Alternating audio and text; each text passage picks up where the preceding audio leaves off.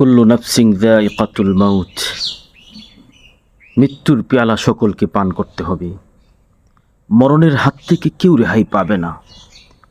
আজ হোক কাল হোক, মৃত্যু আসবেই। হঠাৎ করে প্রাণ পাখিটা উড়ে যাবে, কেউ আটকে রাখতে পারবে না। মরার পরে তোমার মূল্য থাকবে না।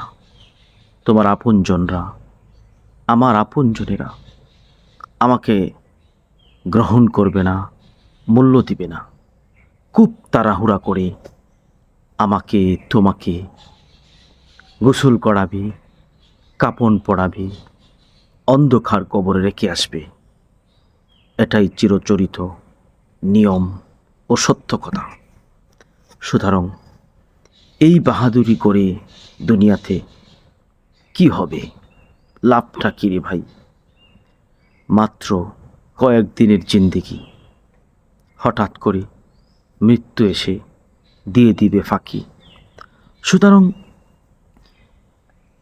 কোথায় যাব, কোথায় থাকব, কী বা হবে আমার, কে বা সাথে থাকবে আমার, এই চিন্তা, এই ফিকির করা।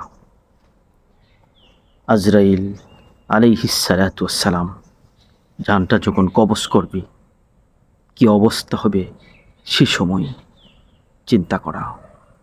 মালিকুল মউত কাউকে দয়া করবে না, কাউকে শিথিল দেখবে না। মুমিন আছো, সম্মানের সহিত জান কবজ করা হবে। বেঈমান আছো বলে অপমান, অপদস্থ, বেইজ্জতি হয়ে দুনিয়া থেকে যেতে হবে। সুতরাং মুমিন হব, কেমনে মুমিন হওয়া যায়, কিভাবে মুমিন হতে পারি, সেই চিন্তা খুব সূক্ষ্মভাবে করার দরকার আমাকে, আপনাকে, সবাইকে।